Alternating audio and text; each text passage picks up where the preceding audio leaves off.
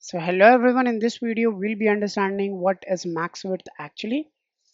So to understand max width, I have to set up the max width.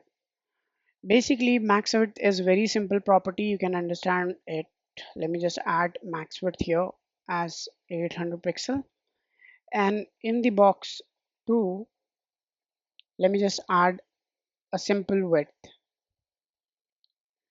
If I add 800 pixel here as well,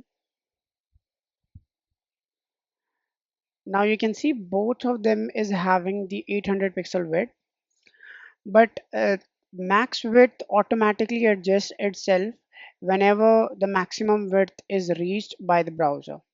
So for example, if I decrease the size, now you can see that if I'm decreasing the size and when the browsers or the windows size is less than maximum width, then it is automatically adjusting the content inside the this box.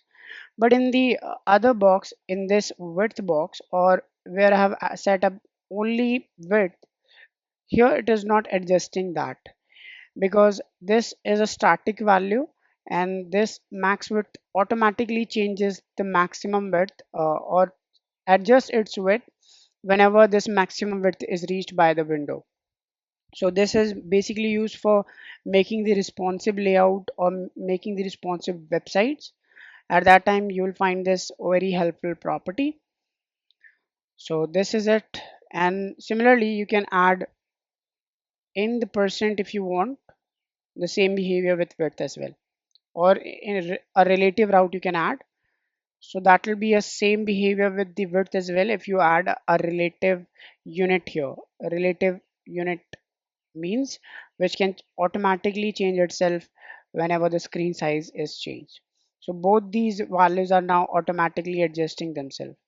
And why is that? Because now this width is not having a static value, and this one is having a max width property that automatically changes whenever the browser screen is reached to this one.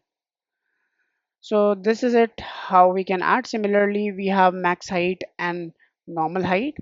Similarly you can use for that for height as well if you want. So that's it for this video. I hope you got something. Thank you for watching. Let's meet in the another one.